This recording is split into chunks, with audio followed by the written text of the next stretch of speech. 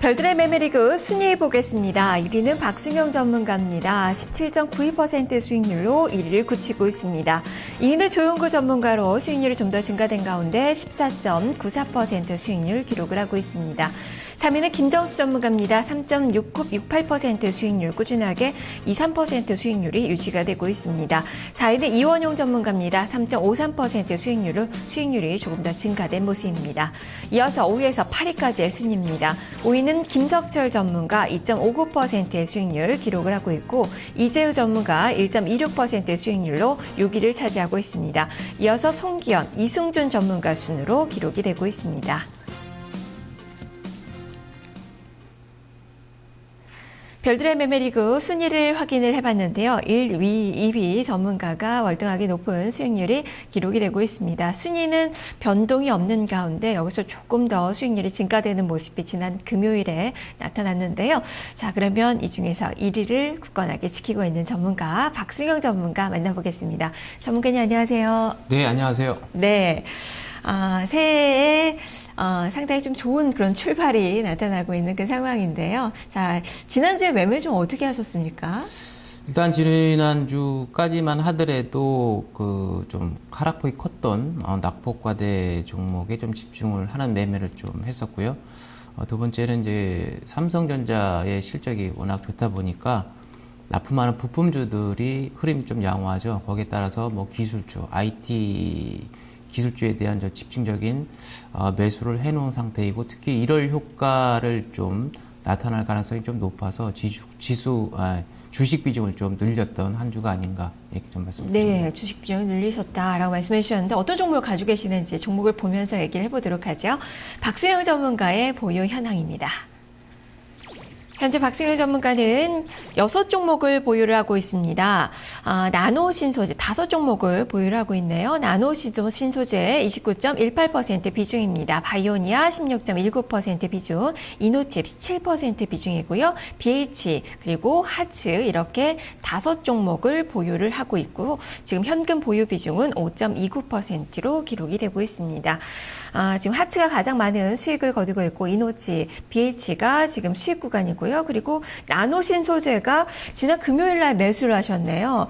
주가도 많이 좀 급등을 했고 200일선에 대한 저항을 또 받는 모습이 금요일 날 나타났는데, 자, 이 종목 오늘도 좀 연속성을 기대를 해볼 수 있는 건가요? 일단 뭐 최근에 이제 흐름상 일단 뭐 바닥을 탈피하는 어떤 흐름이 좀 나왔고, 단기적으로 사실 좀 많이 올라왔던 종목이기 때문에 뭐 크게 뭐 목표치를 좀 두면서 들어간 종목은 아니고요.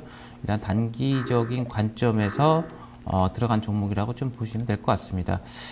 저항선에 대한 그 이동평균선의 저항이 좀 만만치 않게 이루어지는 종목인데, 그 가격적으로는 한 17,000원 근방까지는 뭐 반등을 좀 기대해 볼 수 있는 종목이 아닌가 이렇게 판단이 돼서 비중 있게 좀 들어간 종목이기도 합니다. 예, 좋은 성적 또 기대를 해보겠습니다. 자, 오늘 장에 대한 또 이야기 해보도록 하죠. 자, 오늘 장 체크해봐야 될 포인트들 3가지 화면을 통해서 정리를 해보겠습니다. 하나, 재정절벽 타결, 기대감 높은 증시. 둘, 1월 효과와 예상 출해 매물은. 셋, 1월 효과 코스닥이 더 강하다. 이렇게 3가지 체크포인트 중에서 먼저 첫 번째, 재정절벽 타결, 기대감 높은 증시에 대해서 살펴보도록 하겠습니다. 정말 전 세계 금융시장을 뒤흔들었던 이슈입니다. 하원이 변수긴 하지만 어쨌든 상원에서는 극적 타결되는 그 모습이 나타났고, 증시는 호재로 역시 받아들일 가능성이 높아 보이는데요. 자, 어떤 점을 좀 봐야 될까요? 네, 그렇습니다. 그 31일 그 불과 3시간 앞두고서 여야가 좀 합의를 좀 하는데 성공을 했고, 상원의원에서 1일 새벽 2시에 좀 통과를 좀 시켰죠. 물론 이제 하원에서 통과가 좀 남아 있고요. 또 하나는 이제 중요 쟁점이라고 할 수 있는 정부 지출 삭감 문제가 좀 2개월이 연장이 돼서 미봉책이라는 좀 그 분석도 있긴 합니다만, 그동안에 증시를 좀 억압했던 재정 절벽에 합의가 좀 됐기 때문에 무엇보다도 기대감이 좀 높은 한 해가 아닌가 이렇게 좀 봐야 될 것 같습니다. 만약에 재정절벽이 실질적으로 가시화됐다면 미국 성장률은 1% 내년에 그칠 것이라는 전망이 나왔지만 재정절벽이 이제 타결이 부분적인 가시화가 좀 나왔기 때문에 아마 1분기 정도 한 1.5% 성장 이후에 2, 3, 4분기 계속 성장하는 경제 성장률을 좀 기록할 것으로 좀 보여지고요.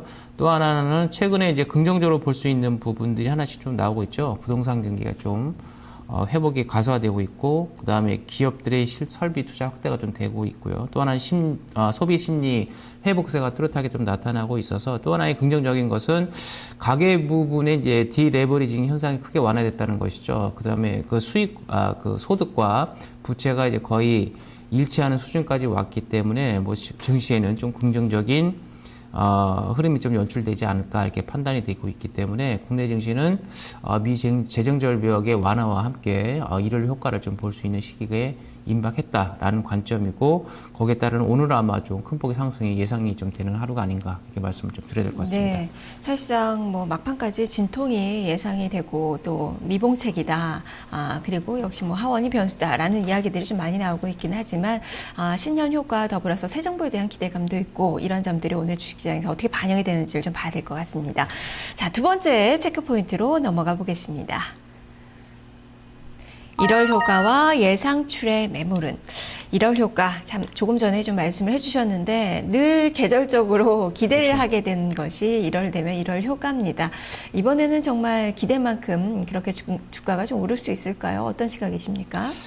일단 뭐 계속 그 1월 첫째 날만 좋았고 이때부터는 네. 좀 주식이 또 시원치 않게 또 움직이는 게 아니냐 이렇게 좀 생각하실 수도 있는데, 일단 1월에 대한 효과는 오늘 상당히 좀 클 것으로 좀 보여지긴 합니다만, 그 제목을 제가 예상 출의 무해무르이라는 그 제목을 좀 줬는데, 무엇보다도 이제 그동안에 쌓였던 프로그램 매수 잔량이 6천억이 좀 넘다라는 것이 상승을 제한시킬 수 있는 하나의 요인이라고 좀 될 수가 있을 것 같고요. 또 하나는 이제 뱅가드의 ETF 네. 설정이 FTS로 이제 바뀌는 바람에 1월 6일서부터 약 6개월 정도간 뭐 분석하기는 뭐 8조에서 10조까지 이렇게 나오고 있는데요. 대략 한 8, 9조 원 정도는 국내 증시에서 유출되는 현상이 좀 나올 수가 있어서, 지수로 보게 되면 대형주들이 조금 더디게 움직일 수 있는 어떤 그런 부분이 되지 않을까 이렇게 좀 판단이 돼서요. 이럴 효과는 있을 대형주 쪽보다는 제가 판단하기에는 뭐 중소형 기술주라든가 실적주 이쪽에서 어떤 수익률 게임이 더 활발하게 이루어질 수 있는 부분이 아닌가 이렇게 좀 해석을 해볼 수가 있을 것 같아요. 과거 경험상 본다면 1월에 평균 상승률이 7%가 넘기는 하는데, 어쨌든 매물 출회를 얼마나 잘 받아낼 수 있을지 외국인 투자가들의 이 매매 동향이 또 관건이 될 수 있을 것 같아서 수급적인 움직임들을 체크를 해봐야 될 것 같습니다. 자, 세 번째 체크 포인트로 넘어가 보겠습니다. 1월 효과 코스닥이 더 강하다. 앞서 잠시 이야기를 해주셨어요. 코스닥 시장, 뭐 기술주들 좀 더 살펴보자라는 의견 주셨는데, 늘 그동안에 연초에 때 보면 1, 2월 달에 또 코스닥 시장이 강한 움직임을 보였어요. 이번에도 그렇게 예측을 하시는 거죠? 그렇습니다. 이번에도 역시 그 프로그램 매물이 좀 소화돼야 될 1분기 동안에는 소화될 가능성이 좀 높고요.